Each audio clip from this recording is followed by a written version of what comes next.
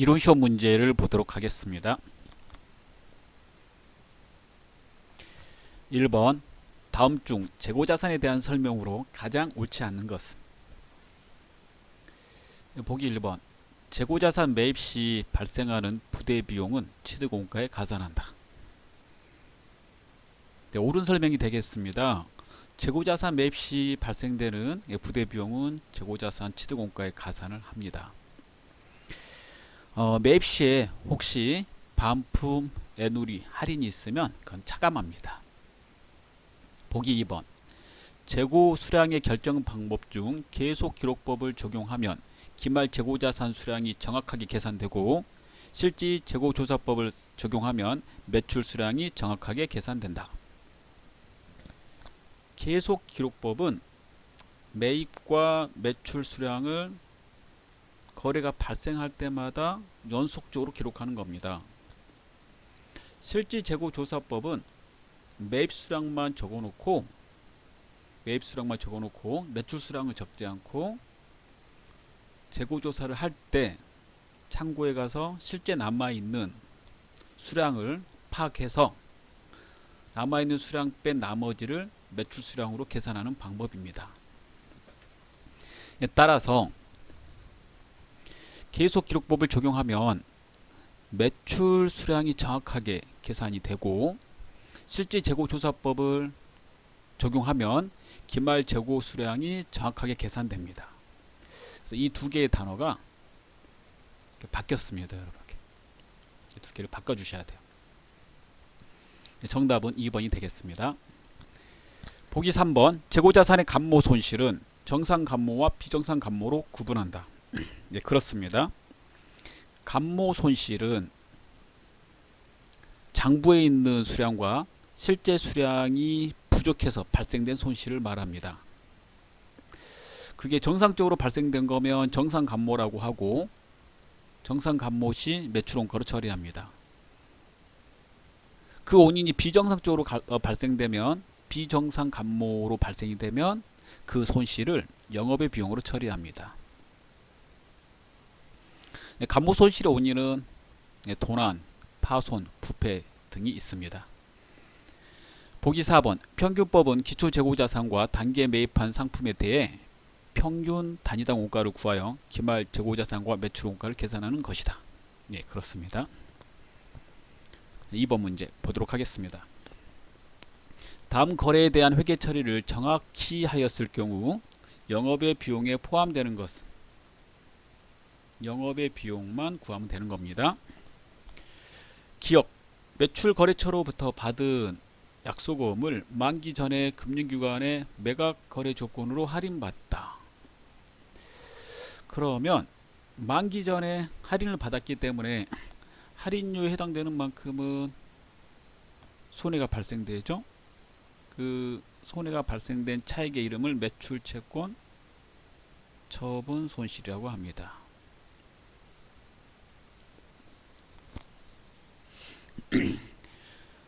매출채권 처분 손실은 영업의 비용에 속합니다. 따라서 영업의 비용에 포함되는 거 벌써 기억이 되겠네요. 예, 정답은 이제 1번이 돼요. 니은을 보겠습니다. 매입거래처에 지급한 약소금이 만기 전에 금융기관에 매각되었다고 통보받다. 이거는 이제 거래가 아니죠. 그냥 통보만 받은 거니까. 디귿 매출 거래처 파산으로 외상대금 중 일부를 회수하지 못하다. 거래처 파산으로 받아야 될 대금을 회수하지 못하면 대손충당금이 있으면 대손충당금으로 처리하고 대손충당금이 없으면 매출거래처니까 매출채권과 관계되는 비용 대손상각비로 처리합니다.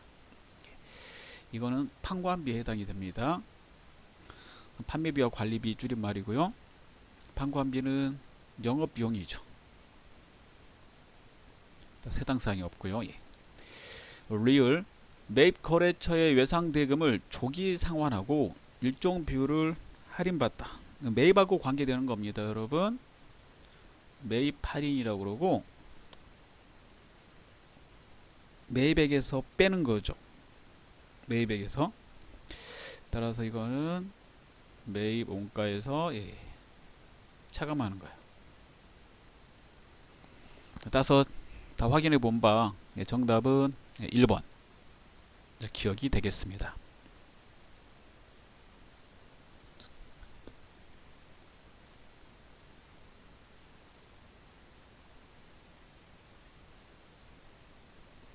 예, 3번을 보도록 하겠습니다. 다음 내용을 결산 시점에 결산 수정 분기로 반영하였을 경우 당기순이익의 변동은, 당기순이익의 변동 물어봤고요. 당기순이익의 변동을 일으키는 것은 수익과 비용이죠.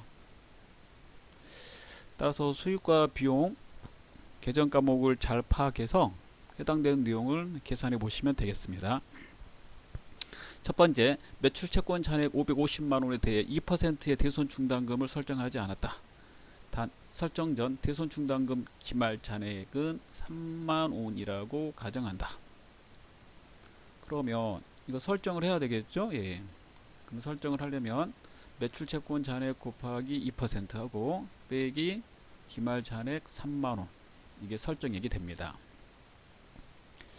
그럼 그 금액은 550만원 곱하기 2% 빼기 3만원 하게 되면 8만원이 되고요. 회계 처리가 매출 채권이니까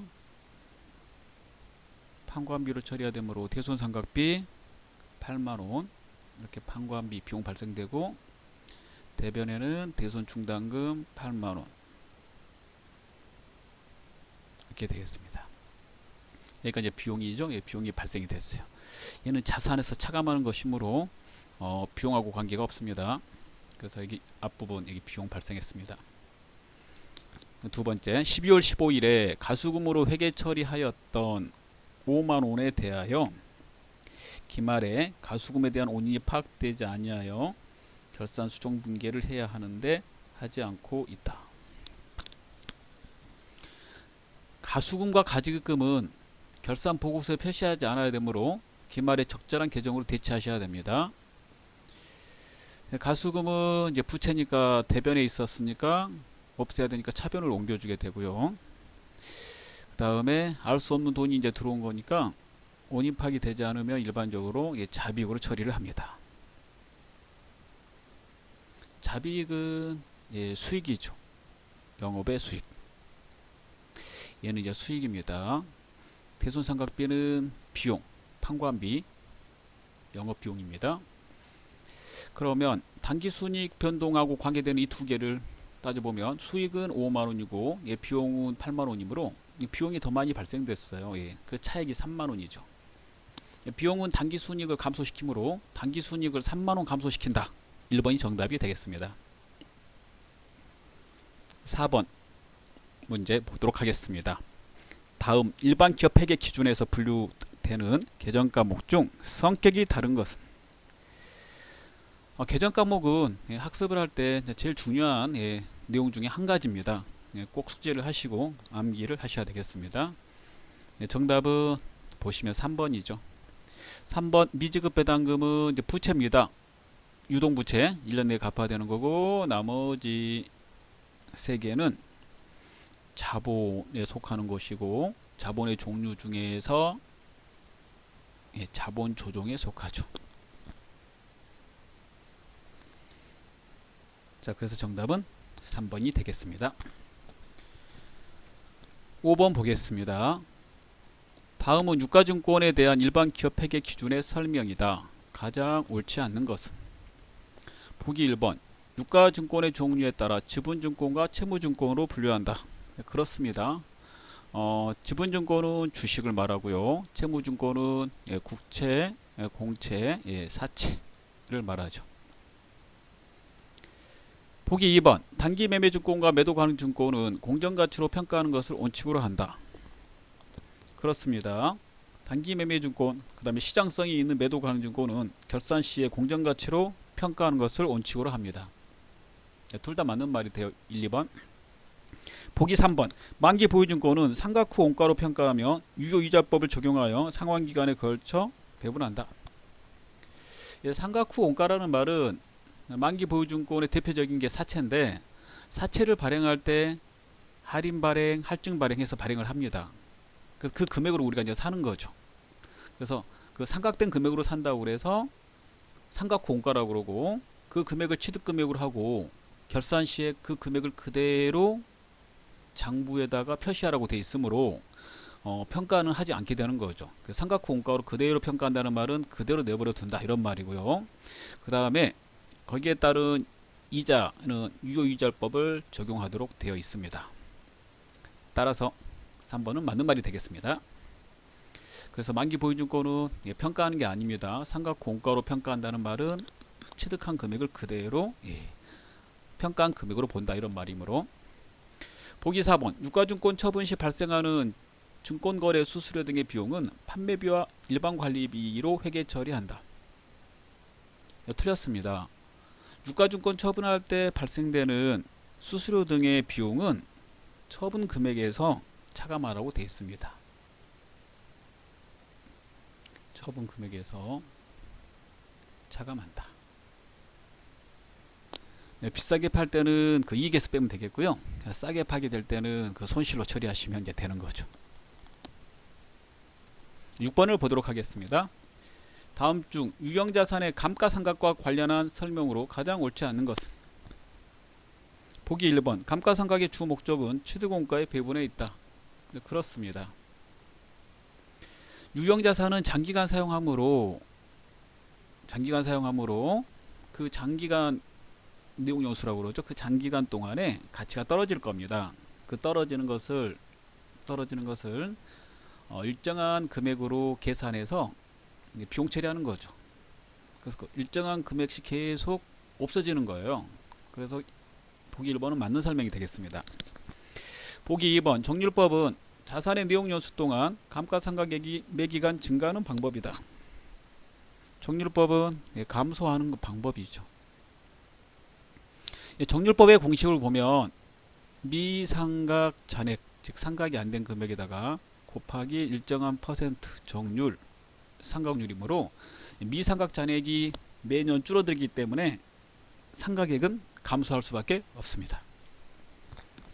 보기 3번 감가상각비는 자산의 제조와 관련된 경우 관련 자산의 제조원가로 계산한다. 그렇습니다. 감가상각 방법은 해당 자산으로부터 예상되는 미래 경제적 효益소멸 형태에 따라 선택하고 소멸 형태가 변하지 않는 한 매액이 계속 적용한다. 예, 맞는 말이 되겠습니다. 7번 보겠습니다. 다음 일반 기업 회계 기준에 의한 손익계산서의 작성 기준 중 옳지 않는 것은? 보기 1번 현금 유출입 시점에 관계없이 당해의 거래나 사건이 발생한 기간에 수익비용을 인식하는 발생주의에 따른다.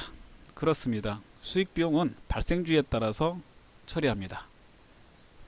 보기 2번 수익은 실현주의로 인식한다. 그렇습니다. 예. 실현이 되면 인식하는 거죠. 발생주의하고 유사한 말이 되겠습니다. 보기 3번 비용은 관련 수익이 인식된 기간에 인식한다. 그렇습니다. 수익이 발생이 되면 그에 따른 비용을 인식하라고 되어 있습니다. 보기 4번 서로 연관된 수익과 비용은 직접 상기함으로써 순액으로 기재해야 된다. 그렇지 않습니다. 수익과 비용은 상기하지 않고 총액으로 기재해야 된다라는 게 원칙입니다.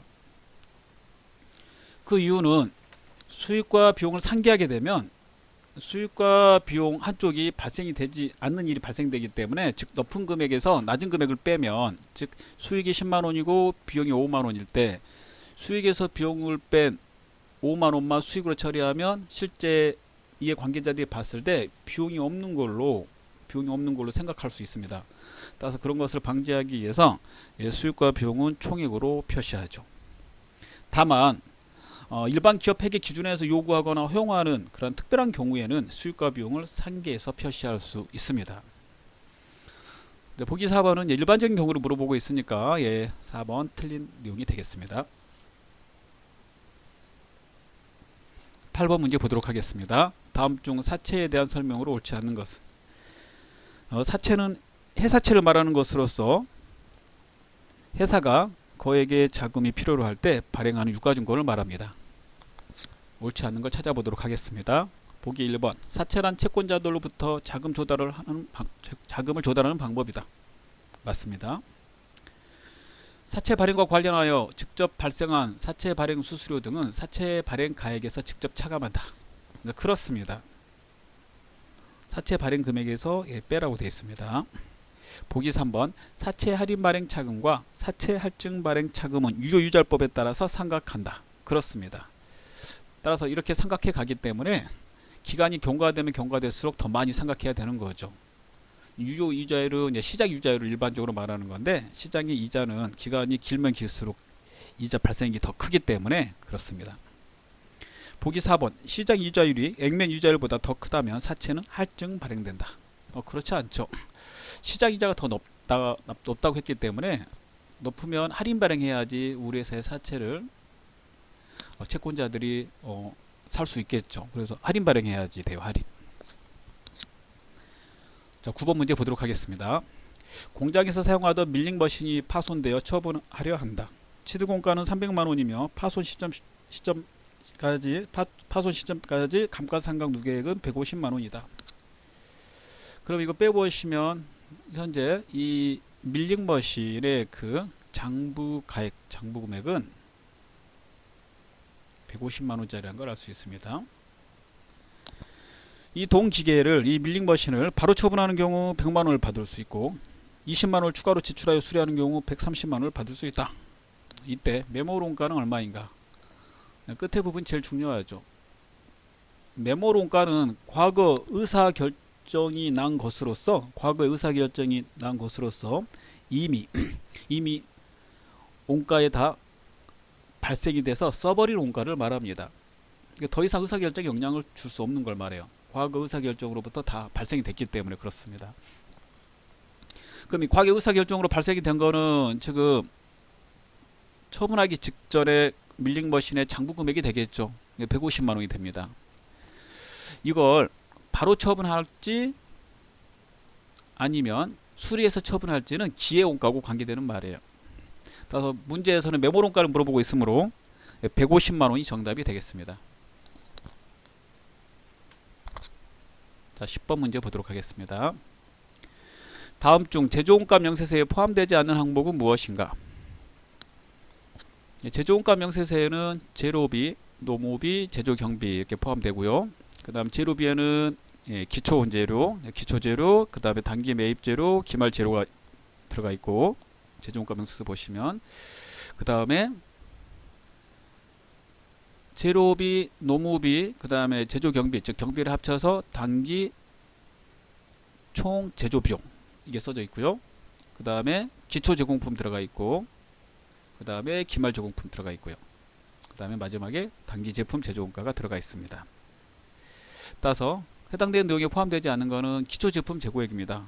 기초제품 재고액은 손익계산서를 보시면 매출원가 부분에 매출원가 계산을 위해서 들어가 있는 것을 확인할 수 있습니다. 따라서 정답은 3번이 되겠습니다. 해당되는 문제는 제조원가 명세서를 한번 살펴보는 것이고요. 시험 보실 때 생각이 전혀 안 나시면 결산에 보면 제조원가 명세서가 있는데 그거 클릭하시면 제조원가 명세서에 포함되어야 되는 항목이 다 보이고 있으니까 그걸 참고해서 푸셔도 되겠습니다. 11번 문제를 보도록 하겠습니다. 다음 자료를 이용하여 제조 부문 Y에 배부되는 보조 부문의 제조간접비 총액을 계산하면 얼마인가? 단계 배분법을 사용하고 A 부분을 먼저 배부할 것.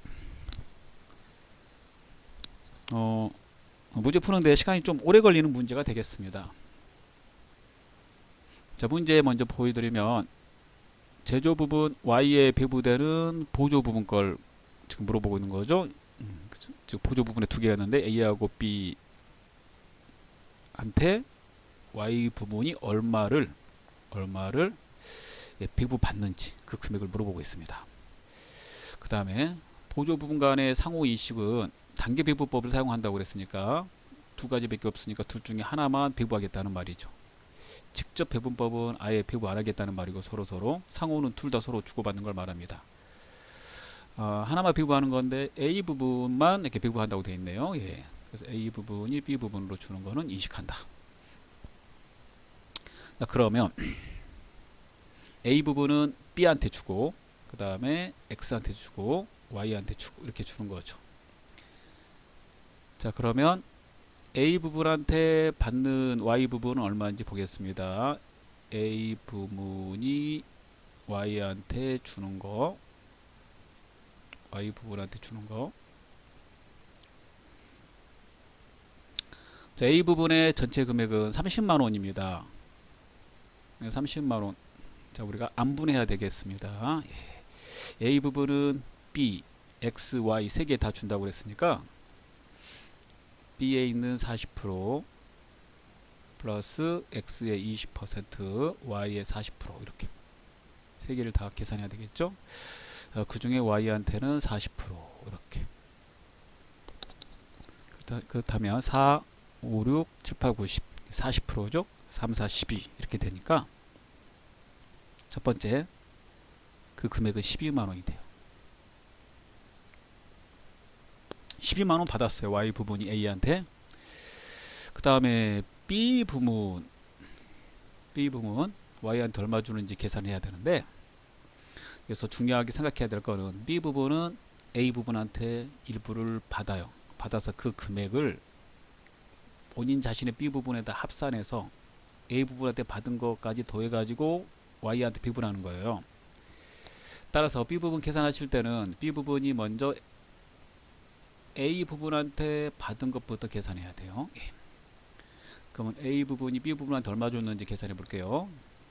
전체 30만 원에서 A 부분이 B, X, Y한테 준다니까 위하고 똑같겠죠? 40%, 20%, 40%.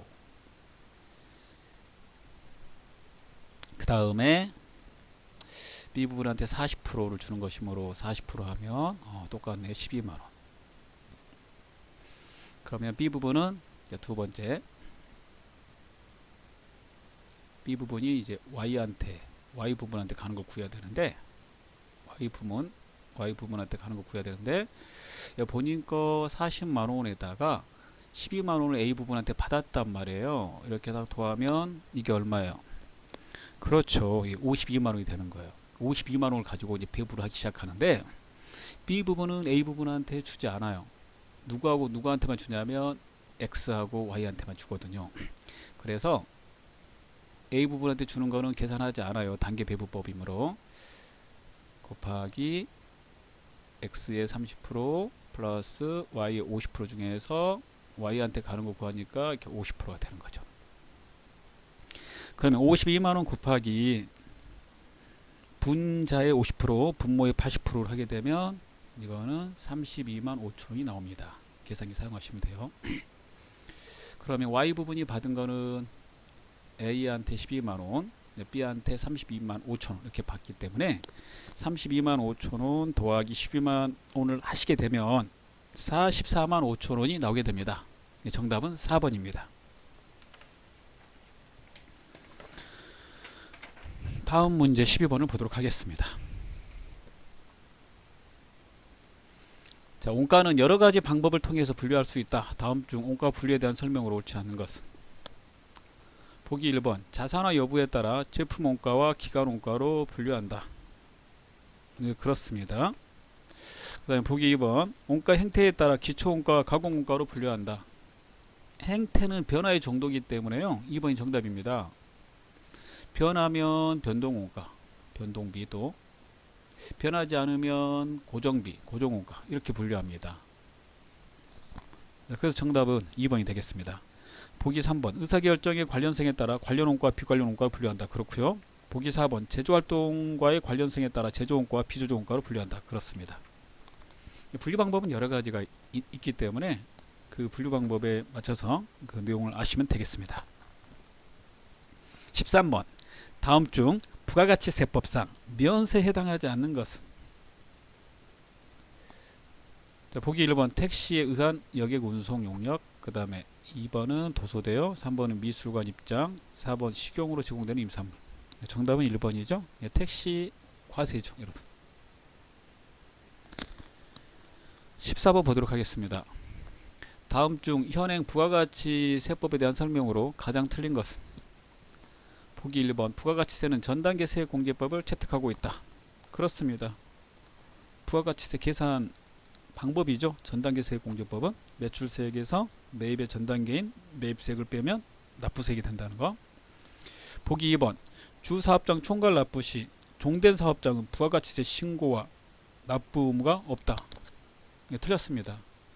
주사업장 총괄 납부 단어 그대로 주사업장에서 한꺼번에 종사업장까지 부가세를 한꺼번에 낸다는 말이에요. 신고하는 것까지를 한꺼번에 하는 게 아니라 납부만. 그러면 신고는 어떻게 하는 거냐면 사업장별로 하는 거죠. 사업장별로 신고하고 사업장별로 세금계산서 발행하고. 그래서 틀렸습니다. 보기 3번 부가가치세는 0% 또는 10%의 수율을 적용한다. 맞아요. 국외로 나가는 건 0%고 국내로 이렇게 나가는 거는 국내에다 소비하는 건 10%입니다. 보기 4번 사업자는 사업장 관할 세무서장이 아닌 다른 세무서장에게도 사업자 등록 신청을 할 수 있다. 그렇습니다. 예전에는 관할 세무서에 가서 이제 신청하는 거였는데 요즘은 아무 세무서에 가서 신청을 해도 관할 세무서에서 신청한 걸로 간주하고 있습니다. 그래서 사업자 등록 신청을 편하게 하기 위해서 만든 제도죠. 15번 보겠습니다. 다음 중 사업자 등록 정정 사유가 아닌 것은? 보기 1번 통신판매업자가 사이버몰의 명칭 또는 인터넷 도메인 이름을 변경하는 때 정정하라고 되어 있습니다.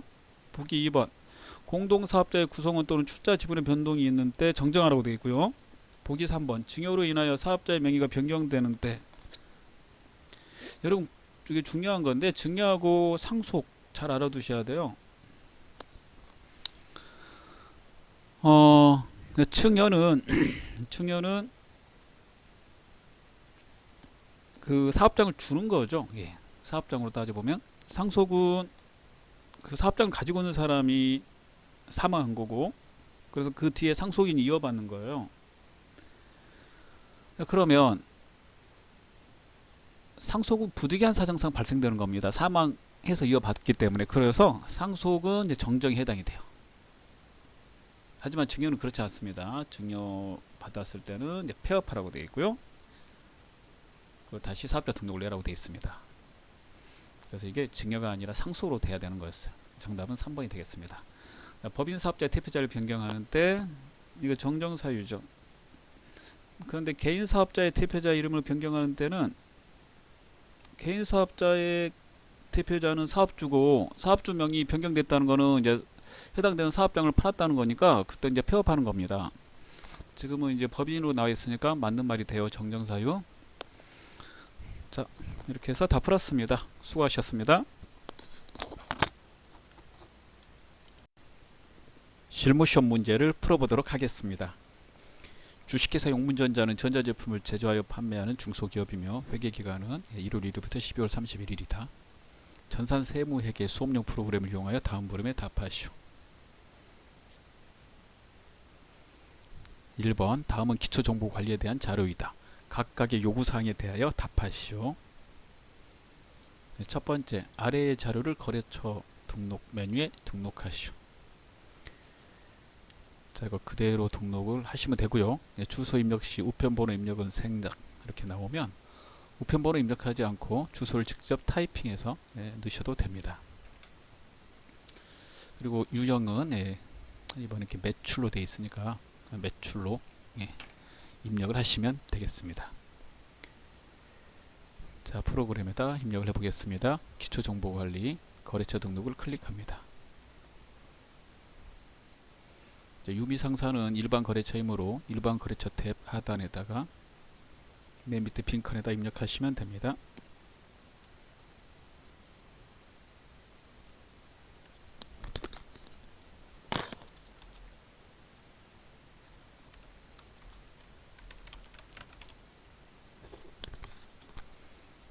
자, 여기 유형 매출입니다.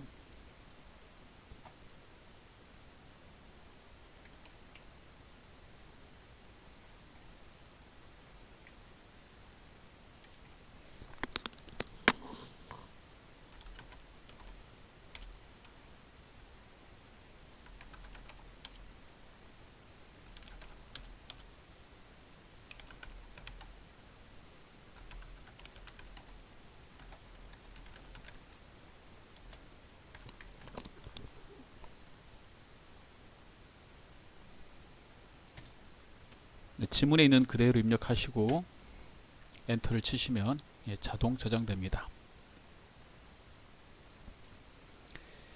자, 2번 본사 영업부 직원 휴게실에서 사용할 음료 등 구입이 빈번한 내용을 복리후생비, 판관비, 조교에 기입하고자 한다. 다음 내용의 조교를 각각 작성하시오. 복리후생비, 판관비에 조교 2개를 입력을 하시면 됩니다. 현금 조교에 하나, 대체 조교에 하나. 계정 과목 및 조교 등록을 클릭합니다. 코드 번호가 없으니까 코드 번호 있으면 직접 치시고요. 없으면 좌측 계정 체계를 통해서 들어갑니다. 판매 관리비 누르고 그 다음에 복리후생비를 중간에서 선택하시고, 자, 현금 조교 하나, 대체 조교 하나를 입력하겠습니다. 자, 현금 조교 9번.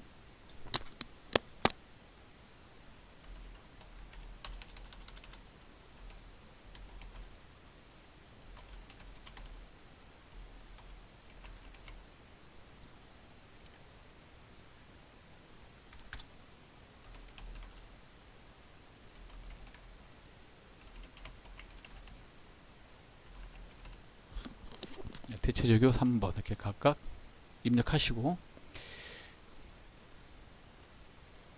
자동 저장되므로 줄이 바뀌면 자동 저장됩니다. 창을 닫으시면 되겠습니다.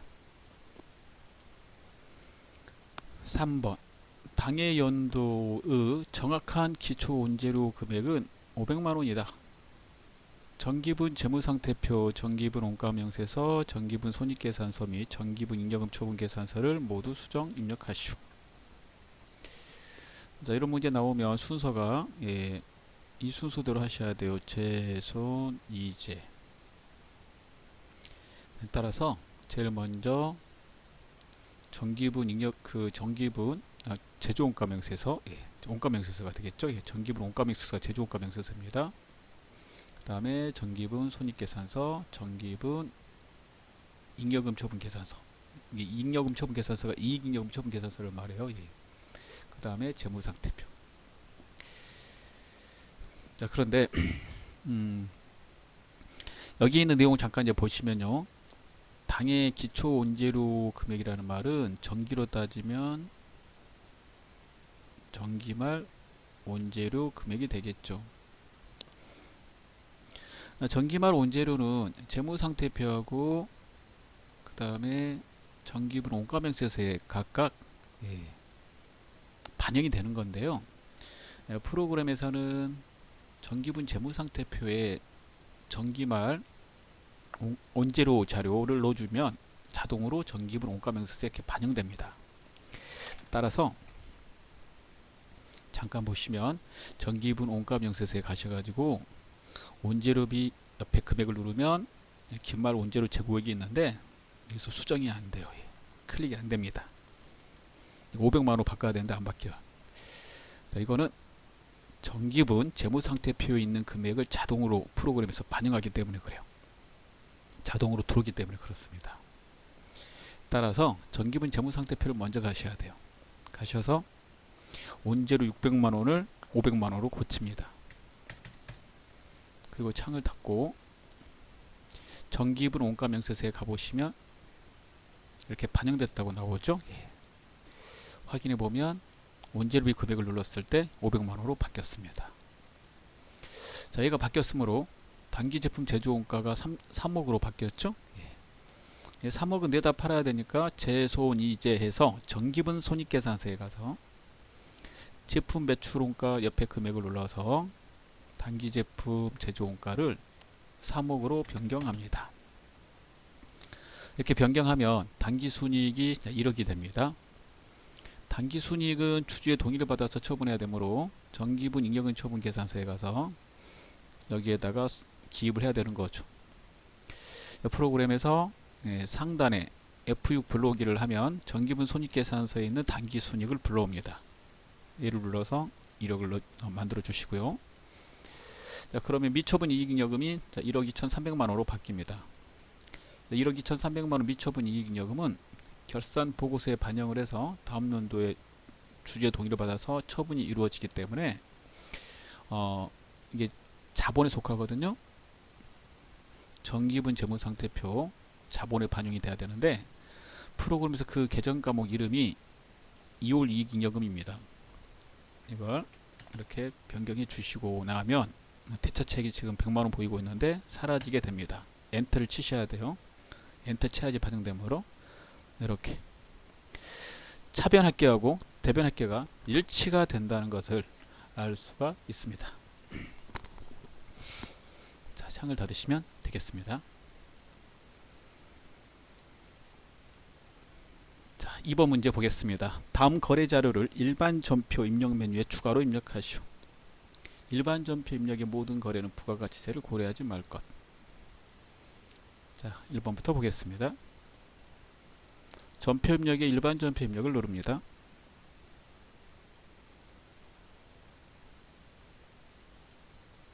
네, 7월 4일입니다.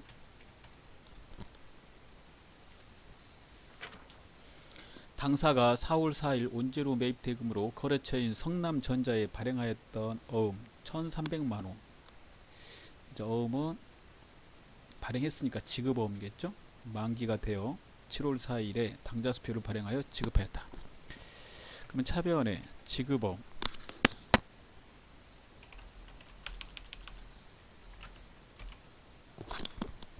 자, 채권 채무의 거래처를 넣어야 되므로 거래처 성남전자 넣고 1300 대변에 당좌수표를 발행하면 당좌예금 계좌에서 빠져나가니까 당좌예금 1300 이렇게 처리하시면 되겠습니다. 그 다음에 8월 5일입니다.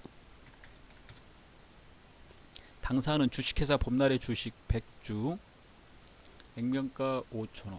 이 액면가는 자본금 회계 처리할 때 필요한 겁니다. 90만원에 취득하였다. 취득시 수수료 3만원을 포함하여 93만원을 보통예금에서 이체하였다. 자, 이거는 우리가 주식을 발행하는 게 아니라 다른 회사 주식을 산 겁니다. 따라서 다른 회사 주식을 사면 시가, 즉 공정가치, 즉 이거죠. 예. 이걸로 처리하셔야 되고요. 그 다음에 주식의 이름은 시장성이 있고 단기 시세 차익 목적이다. 그러면 단기 매매증권입니다.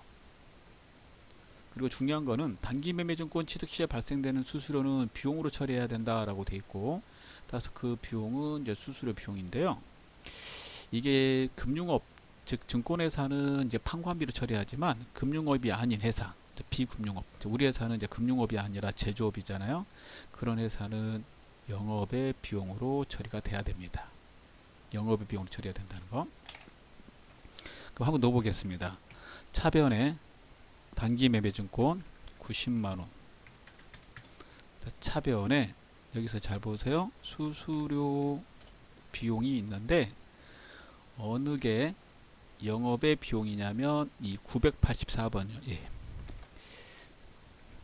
참고에 아무 말이 안 나와 있으니까 900번대 계정과목 및 적용등록에 가보시면 900번대가 영업의 수익 비용으로 되어 있거든요. 그래서 이걸로 처리하셔야 됩니다. 그래서 3만원 대변에 보통예금 이렇게 넣으시면 되겠습니다. 다음 3번을 보겠습니다.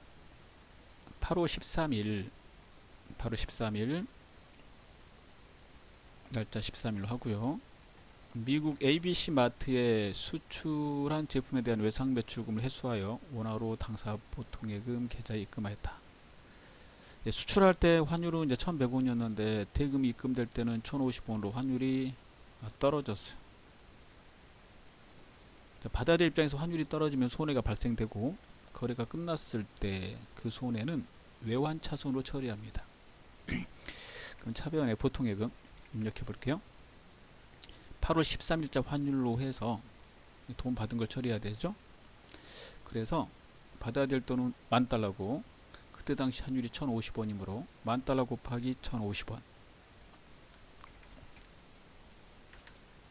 1050만원 넣고, 그 다음에 8월 3일자로 외상매출금 장부에다 쏘는 거는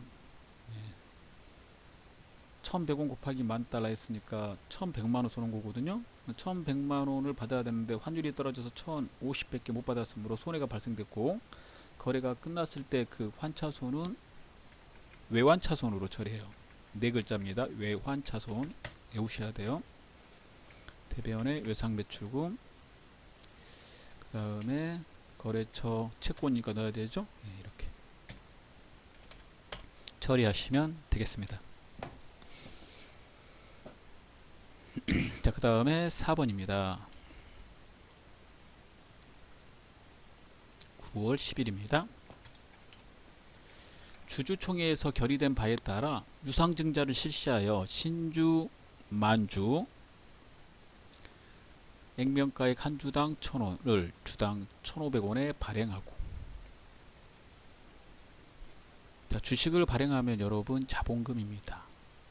자본금은 액면금액으로 써야 되거든요. 그래서 이게 필요해요. 1,000원 곱하기 만주 이렇게 해서 자본금은 1,000만원이 되겠습니다. 자본금은 발행한 주식수 곱하기 액면가액, 액면금액으로 쓰셔야 돼요. 증자와 관련하여 수수료 12만원을 제외한 나머지 증자대금이 보통예금 계좌에 입금되었다. 1,000원짜리를 1,500원에 발행했고, 그 다음에 수수료가 12만원 발생됐어요. 그러면 받은 돈은 만주 곱하기 1,500원에서 빼기 12만원 하시면 되겠죠. 그러면 1,488만원이 됩니다. 그러면 잘 보시면 비싸게 발행했잖아요. 비싸게 발행하면 주식 발행 초과금입니다. 주식 발행 초과금인데 주식 할인 발행 차금이 있다고 되어 있어요. 그러면 주식 할인 발행 차금을 먼저 없애고 나머지를 주식 발행 초과금으로 처리합니다.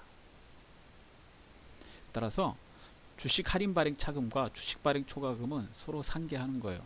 남아있는 게 있다면 그 남아있는 것을 먼저 가져다 쓰셔서 제거를 합니다. 따라서 두 개가 동시에 존재할 수는 없는 거죠. 그럼 쟤를 갖다 먼저 없애서 결국에 남은 거, 최종 남은 거 주식 발행 초과금을 처리해야 되므로 주식 할인 발행 차금 200만원 이렇게 쓰고요.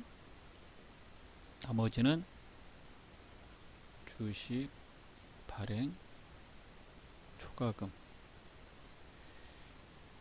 288만원을 쓰게 됩니다.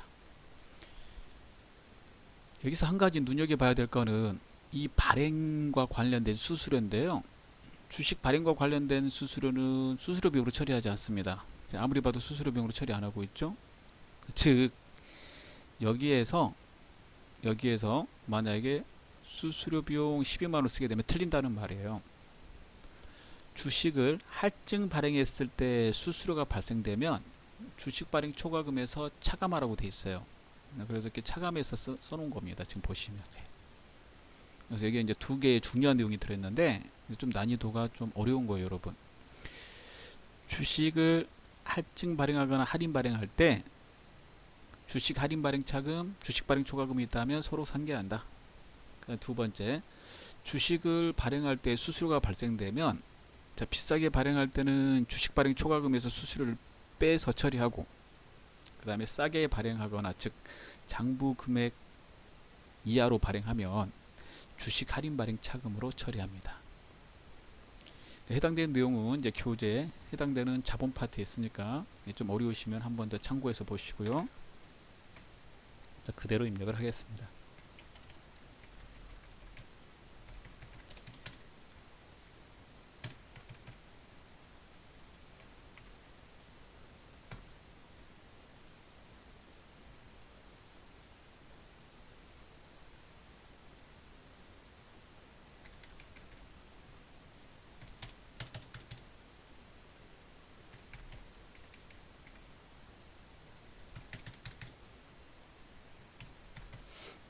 제가 아까 그 펜으로 쓸 때 이거 지금 차대를 잘못 썼어요, 여러분. 이렇게 쓰는 거 맞죠? 예. 왜 그러냐면 주식 할인 발행 차금은 생길 때 차변에서 생겼으니까 대변으로 옮겨야 되고요. 그 다음에 주식 발행 초과금은 그 자리가 이제 대변이죠. 예. 그래서 그 차대를 맞춰야 되니까 이렇게 되는 겁니다. 예. 자, 그래서 네, 정답은 이렇게 되겠습니다.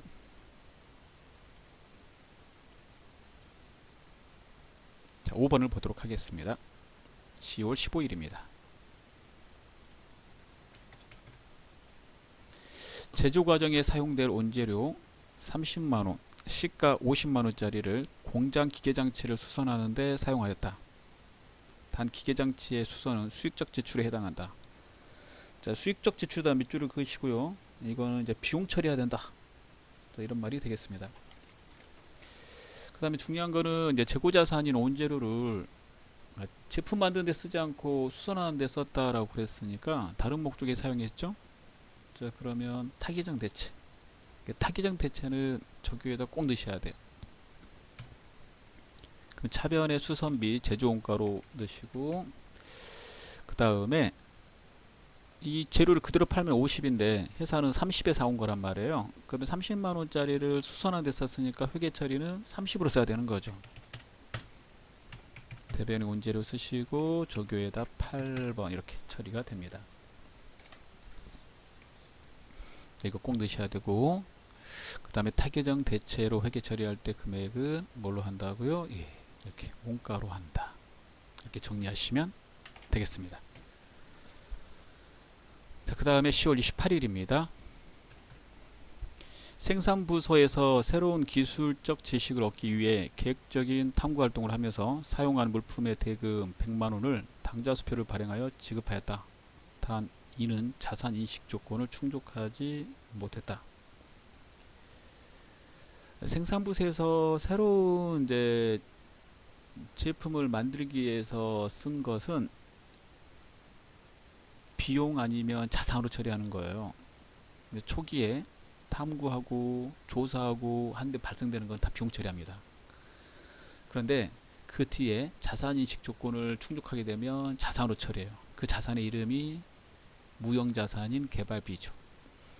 여기서는 개발비로 처리하시면 안되고 인식을 요구하지 않았다고 그랬으니까 비용 처리해야 됩니다. 그 비용의 이름이 프로그램에 이렇게 들어있어요. 경상연구개발비라고. 예. 제조 파트니까 제조원가로 처리하시면 되겠습니다.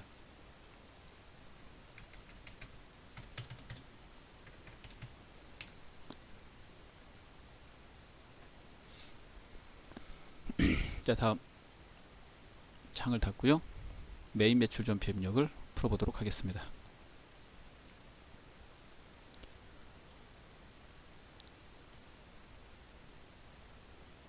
자, 1번 문제. 자, 이 사항은 숙제하시고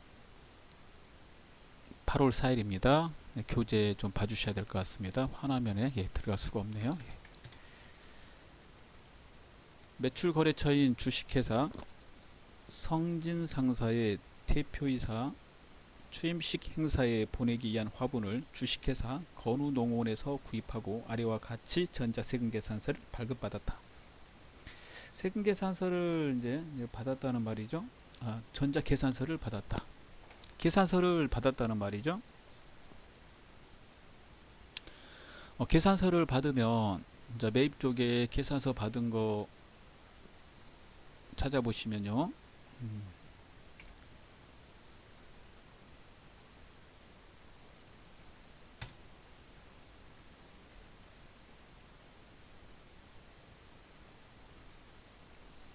하단에 53번 면세 있죠? 예, 이걸로 처리하시면 돼요. 그래서 53번. 그 다음에 화분 교재 봐주셔야 되고요. 공급가액에 11만원. 그 다음에 건우농원이라고 넣고 화분 사온 거죠. 전자란에 열을 하고, 대금은 전액 현금이니까 가장 빠른 분기 현금. 그 다음에 대표이사 취임식에 보낸다고 그랬죠. 계정 과목은 접대비, 판매관리비, 813번 이걸로 처리하시면 됩니다. 어떤 분은 가끔씩 이거 보시다가 불공 아니냐 그러는데, 불공은 세금 계산서를 받았는데 공제받지 못할 때 이거예요. 이거는 이제 계산서를 받았고 물건에는 부가세가 아예 없으므로 불공을 논할 수가 없습니다. 자, 두 번째 보도록 하겠습니다. 8월 16일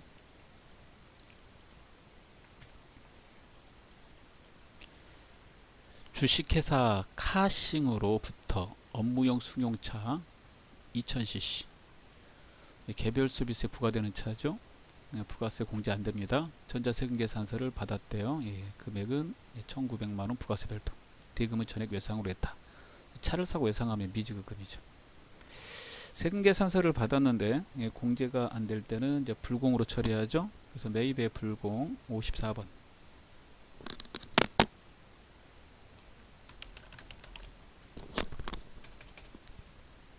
1900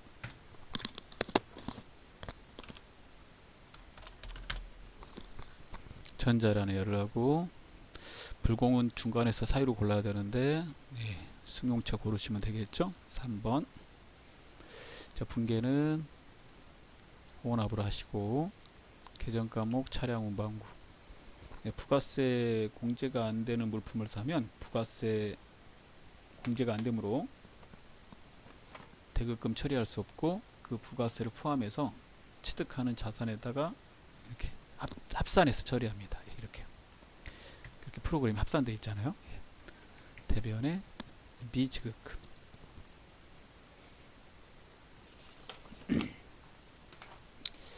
자, 그 다음은 3번이 되겠습니다.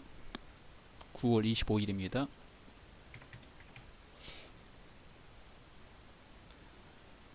자, 교재 봐주셔야 됩니다.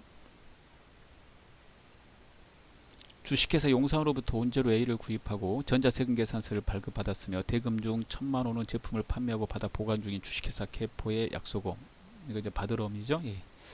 지급하고 잔액은 약소금을 발행했다. 이건 이제 지급음이 되고, 자, 회계 처리만 잘하면 되겠네요. 자, 그러면 첫 번째 세금 계산서를 받았으니까 매입의 과세 51번.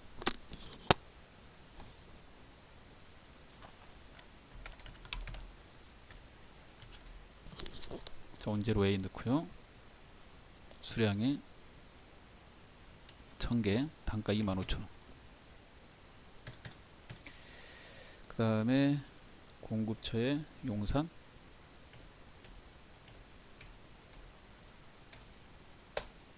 전자라는 열을 하고, 회계처리 3번 혼합. 자, 사업물건 원재료 맞으니까 가만히 내버려 두시고 부가세 공제 받는 거고요. 두 개 맞아요. 자, 대변에 여기서 주의하셔야 되죠. 받으러음 어느 회사 거라고 그랬어요? 거래처 바꿔주고 개포 이렇게요. 그 다음에 금액 1000만원. 그 다음에 우리가 어음 발행한 거는 재료를 사왔으니까 지급어음. 이렇게 됩니다. 하단의 거래처 변경에 주의하시기 바랍니다.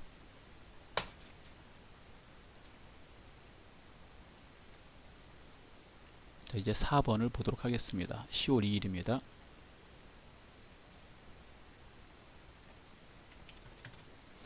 영업부서에서 사용할 A4 용지를 일반 과세자인 꽃빙 문구센터에서 현금으로 구입하고 다음에 현금 영수증, 지출 증빙을 수령하였다. 소모품비로 처리할 것. 소모품비로 처리하시면 돼요. 문구용품은 사무용품비로 많이 처리하는데 출제자가 소모품비로 처리하라고 그랬으니까 소모품비로 처리하시면 되겠습니다. 자, 그러면 첫 번째 현금 영수증을 받으면 매입의 현과입니다. 현과. 그래서 현과 들어가고, 그 다음에 A4 용지,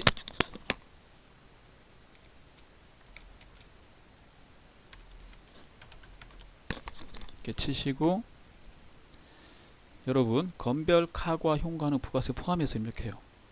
그래서 부가세를 포함해서 275,000원을 넣으면 이렇게 25만원에 25,000원으로 이렇게 바뀝니다.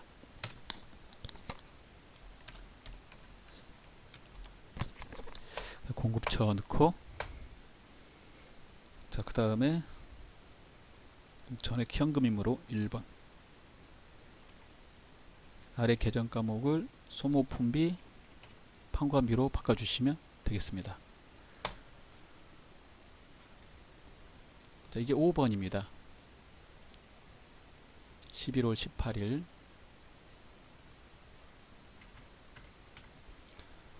무역업을 영위하는 주식회사 K상사의 구매 확인서에 의하여 제품을 2,500만원에 납품하고 영세율 전자세금계산서를 발급하였다. 영세율 세금계산서를 발행을 하면 12번 영세죠. 매출에. 그래서 매출에 12번 영세. 제품. 자, 그 다음에 금액은 2,500, 부가세 0%이므로 부가세 없어요. 그리고 그 구매 확인서 제시한 회사 K상사 넣어주시고, K상사는 국내 사업자죠. 예. 이렇게 수출을 하는 회사들은 영세율 세금계산서를 발행해 줘야 돼요. 그 다음에 중간에서 골라줘야 됩니다. 구매 확인서 3번. 그 다음에 전자세금계산서 발행했으니까 전자라는 열을 하시고, 자, 분계는 여기 잘 보시면 동사가 발행한 당좌수표, 동사는 K상사예요. 다른 회사 동좌수표 받은 거죠. 현금. 나머지는 나중에 받기로 했다는데 제품 팔았으니까 외상 매출금이 되겠죠. 그 외상의 이름은. 그래서 두 개 써서 넣어야 되니까 혼합하시고. 자, 부가세는 없고요. 제품 매출 내버려 두고 맞으니까 차변에 현금 1,000만원, 그 다음에 차변에 외상 매출금 1,500이 되겠습니다. 채권 채무의 거래처를 회계 처리할 때 넣는 건데, 위에 공급처명이 그대로 아래 복사되니까 자동으로 거래처가 들어가 있습니다. 위에 있는 공급처명은 시험 보실 때 반드시 넣으셔야 됩니다. 출제자가 넣지 말라고 하지 않는 이상은 반드시 넣으셔야 돼요. 그래서 아무 말이 없어도 공급처명 상단에다 무조건 넣어주시고, 물론 이제 문제에서 공급처명 입력은 생략한다. 그러면 그때는 안 넣으셔도 되는 거죠.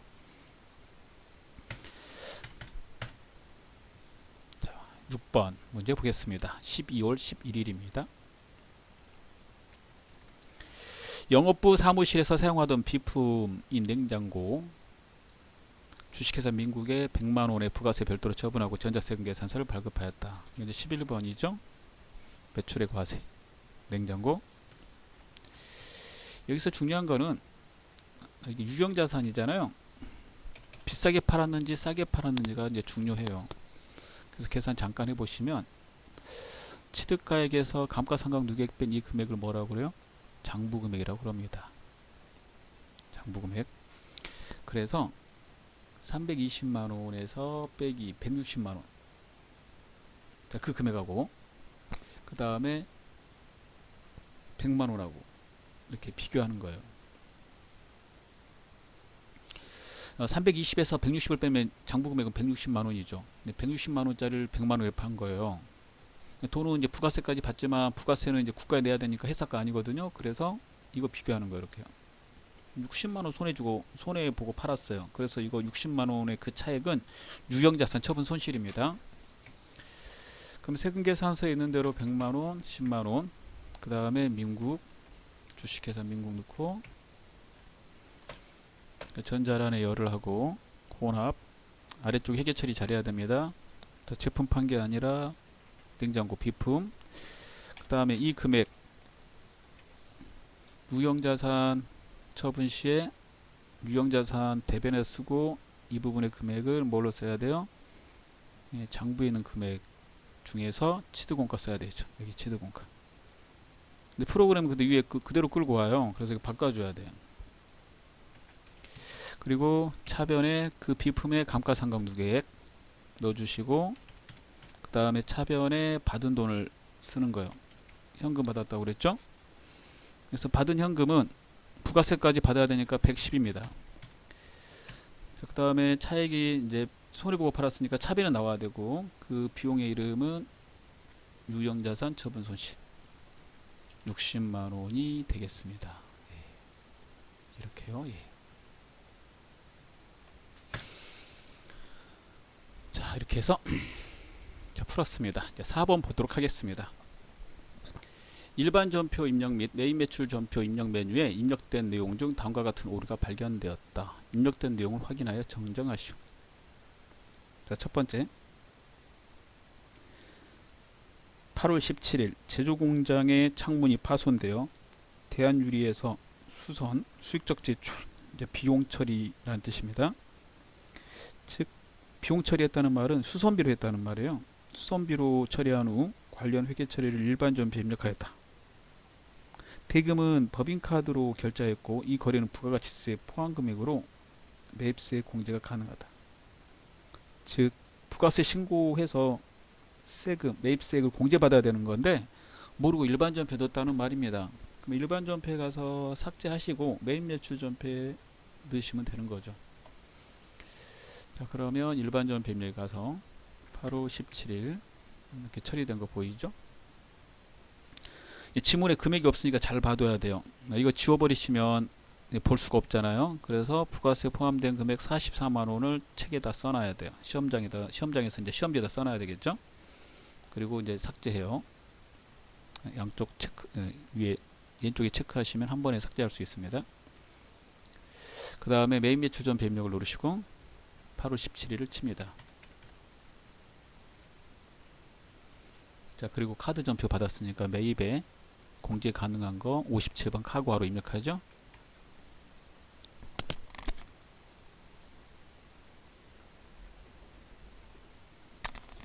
품목에 창문 수선 쓰시고, 참고로 품목은 적당히 쓰시면 돼요. 이게 채점 대상이 아닙니다. 건별 카고와 현관은 부가세 포함해서 넣어야 되니까 방금 전에 써놨던 44만 원을 그대로 넣어줘요. 그러면 이렇게 40에 4만 원 되고요.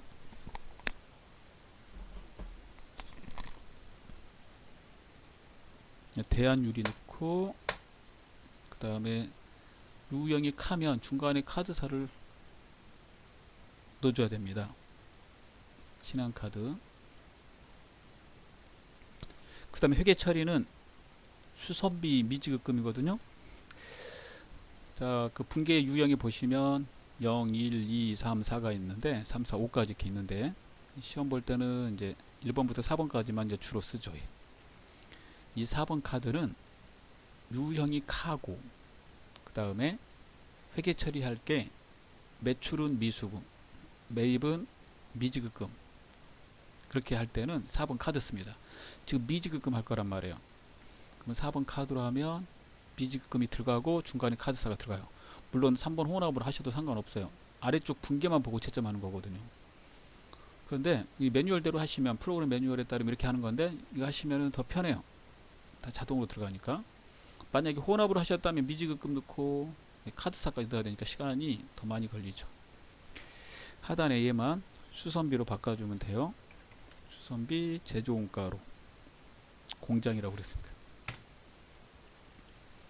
두 번째 보겠습니다. 10월 15일 둘둘마트에서 선물 세트 100개를 당좌 예금으로 구입하여 영업부 직원에게 제공한 것으로 회계 처리하였으나 실제로는 매출거래처 직원에게 선물용으로 제공한 것으로 파악되었다. 단 두둘마트에서 선물 세트를 구입하면서 전자세금 계산서를 수취했다. 자, 해당되는 내용을 보니까 세금 계산서가 나오고 있으므로 메인 매출 전표에서 수정하셔야 됩니다. 메인 매출 전표 10월 15일. 직원한테 줄 선물 세트면 부가세 공제 받으니까요. 매입에 51번 과세 맞는데 거래처에 줄 거면 공제가 안 돼요. 접대비임으로. 그래서 이걸 이제 불공으로 바꿔야 돼요. 54번으로. 그 다음에 분계가 이렇게 되어 있거든요. 이 복리후생비가 이제 접대비가 돼야 되고, 참고로 이거 불공으로 딱 바꾸면, 유형을 딱 바꾸는 순간 이 밑에 회계 처리한 거는 원래 상태로 다시 돌아옵니다. 즉 기본값으로 돌아와 버려요.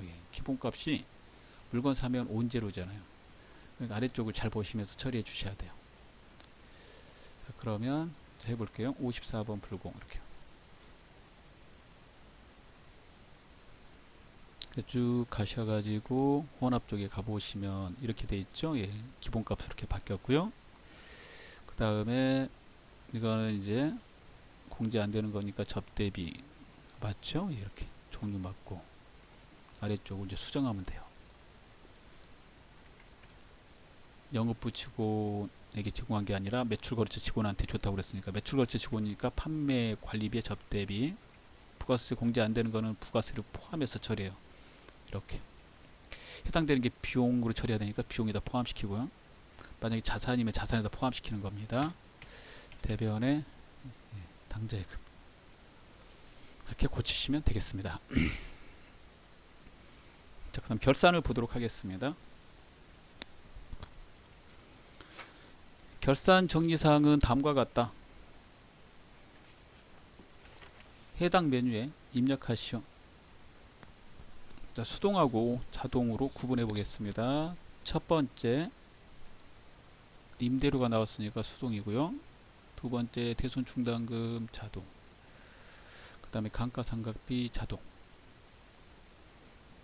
수동을 먼저 풀고 자동을 하는 것이기 때문에 수동부터 합니다. 자, 수동은 일반 전표 입력 누르시고 결산일 12월 30일 치신 다음에 결산일자로 직접 분기해서 넣는 걸 수동이라고 합니다.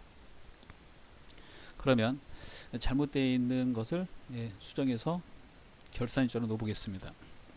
8월 1일 현금으로 받아 영업의 수익인 임대료로 처리한 180만원 중 경과되지 아니한 것이 있다. 그러네요. 날짜를 잘 봐보세요.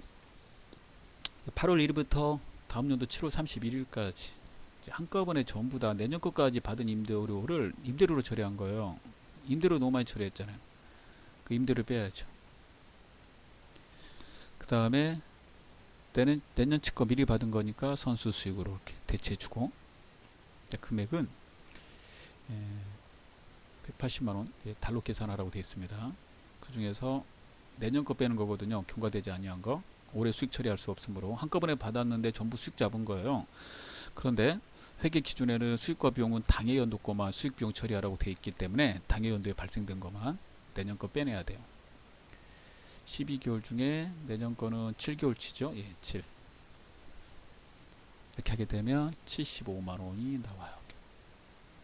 그러면 75만원 이렇게 각각 이렇게 해서 처리하시면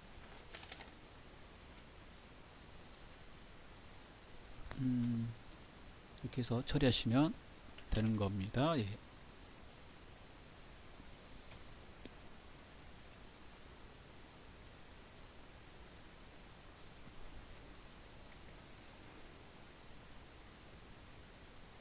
180만원 곱하기 12분의 7 하면 계산을 제가 잘못했는데 105만원이 됩니다. 105만원.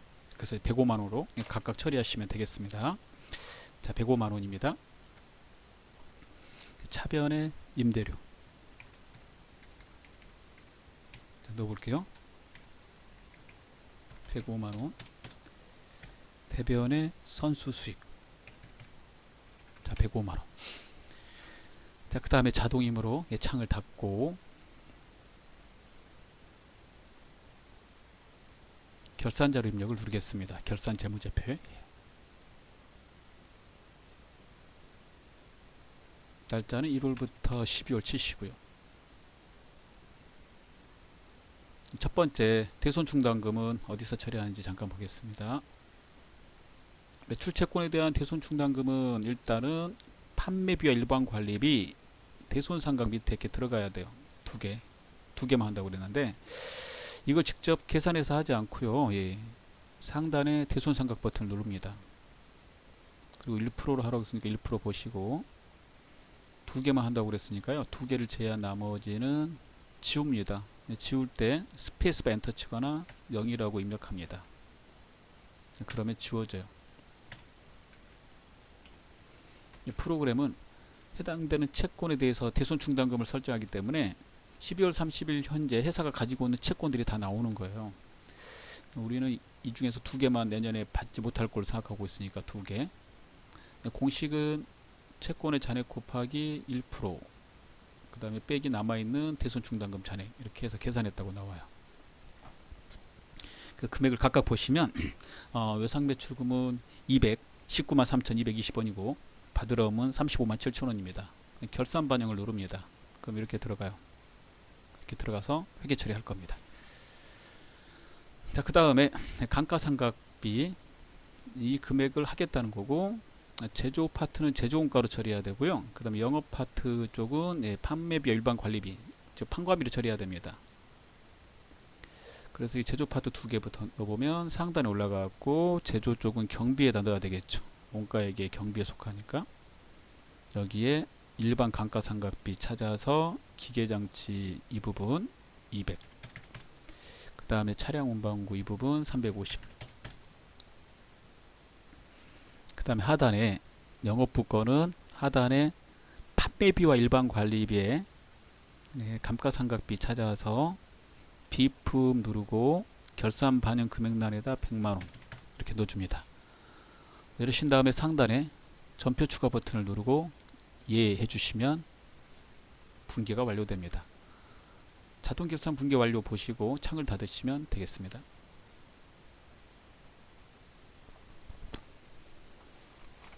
자, 6번을 보도록 하겠습니다. 이제 마지막입니다.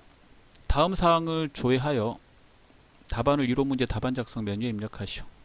첫 번째, 단기 5월 중 영업의 수익 합계 금액과 영업의 비용 합계 금액의 차이는 얼마인가? 음수로 입력하지 말 것. 5월 중이라는 말은 5월 한 달치를 말합니다. 한 달치 이렇게 통합된 이름으로 물어보게 되면 일계표, 올계표 중에 올계표를 가서 조회한다고 그랬습니다. 계산기가 필요하고요. 하단에 가보시면 영업의 수익, 영업의 비용을 볼 수 있는데 영업의 수익, 수익이니까 대변 봐야 돼. 20. 그 다음에 영업의 비용, 비용이니까 차변 이렇게 봐야 돼요. 이거 그냥 계산 되겠네요. 예, 금액이 간단한 거 나와서. 그러면 20만원에서 13만원을 뺀 7만원이 되겠습니다. 금액이 복잡하면 이 프로그램에 있는 계산기를 이용하시면 되겠습니다. 그 다음에 두 번째, 3월 중 주식회사 대한전자에 결제한 외상 매입금은 얼마인가? 대한전자라는 거래처하고 계정과목 외상 매입금이 나왔으므로 거래처 원장에서 조회합니다.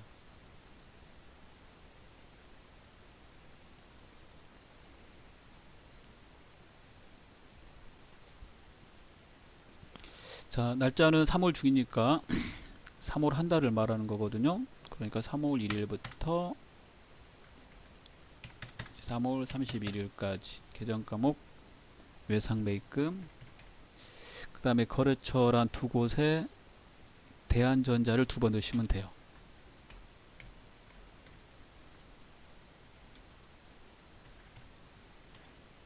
자, 그럼 이렇게 나옵니다.